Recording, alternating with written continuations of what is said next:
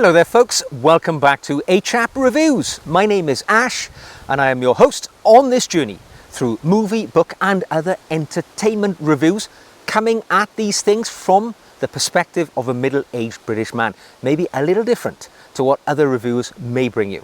Now, not an hour ago, I came from the cinema having just watched one of the first screenings in the UK of Naked Gun, the 2025 version.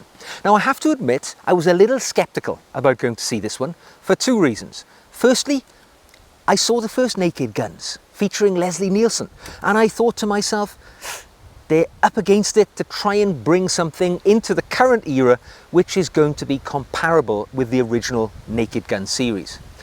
And also, the other reason for my skepticism, Liam Neeson, chosen as Frank Drebin Jr., supposedly the son of the original Detective Frank Drebin.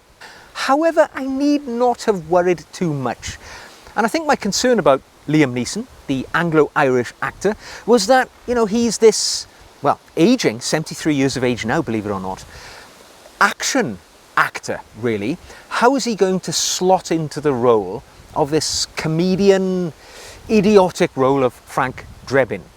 And actually, I need not have worried, because he's played the comedic role in many TV series and movies in the past, and actually he portrays the role of Frank Drebin Jr. really quite well. His age is not really that noticeable. You can tell he's getting a bit long in the tooth when you have close-ups on the man, but in truth I think Liam Neeson plays the straight actor fairly well, who goes through the movie never trying to be funny, yet being the foil or the centre of most of the gags in this movie. Now, he's supported along the way by a number of great cameo roles from actors who you recognise, but his co-star is Pamela Anderson. She plays the love interest. The plot, well, to be honest, the plot isn't really that important. It's just a platform on which they can hang the multitude of gags which are just thrown at you like a machine gun. It's visual gags, it's verbal gags, it's boom, boom, boom, boom, boom. You don't get a moment to catch your breath. You just can't blink. It's a gag every minute.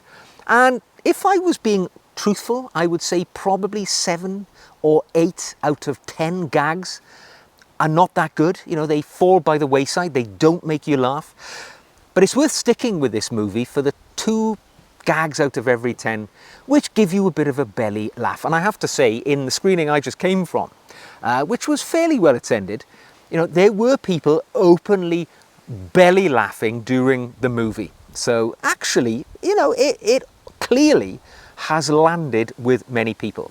Now, the movie was directed by Akiva Schaffer, who's got a bit of experience in the comedic world, and it's a good paced movie. It goes through quite swiftly. It's only 85 minutes in length, so it's towards the short end for a cinematic movie, but it's plenty. With a movie like this, you can only keep the pace of jokes flowing at that level for a certain amount of time, whereas in the audience, you're just going to become complacent and the jokes are not going to land with you. So I think the timing is quite well. Liam Neeson plays the role quite well as well. Pamela Anderson is an excellent foil to Liam Neeson. As I say, the plot line, well, it's the usual modern day plot line. You've got a tech billionaire who wants to take over the world. He's got a device which allows him to do that.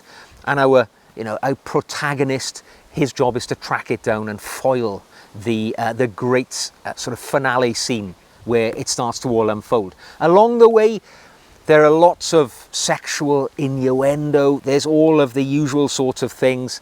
Zany gags, unbelievable gags, where he, at one point, which is portrayed in the trailer, where he goes into a bank siege hostage situation. A little girl goes in, the face mask is ripped off for this tiny little girl, and then we are left with the visual image of 6'4" Liam Neeson, who had been dressed as this tiny little girl. So, you've got to suspend belief. But I did laugh quite a few times. I got to say, it took me about half an hour to warm up to the humour.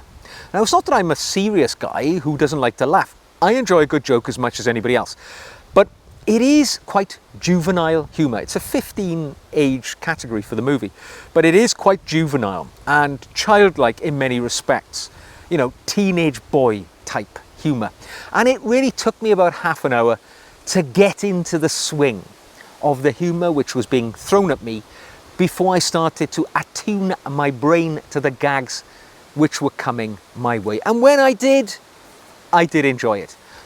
I would say it's by no means as funny as the original Naked Gun movies with Leslie Nielsen, who just was the master of deadpan.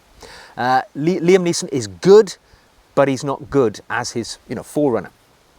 But it is worth going to see. I mean, I enjoyed it. If you just want to have a damn good laugh for about, you know, an hour and a half, it's a good movie which will maybe alleviate your troubles for a little while. You can have a laugh and walk away.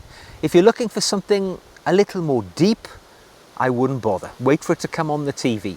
For me, my rating out of 5 bowler hats, I'm going to give it 3 because I had a good chuckle now and again.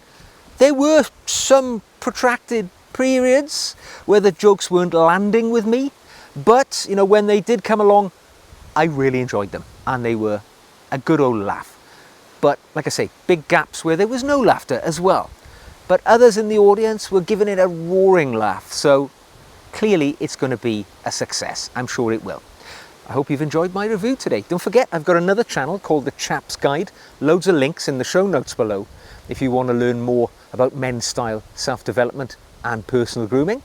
And don't forget to subscribe because there'll be another review coming along quite soon on classic and newly released movies. So, until the next time, good friends, take care, and I'll see you soon.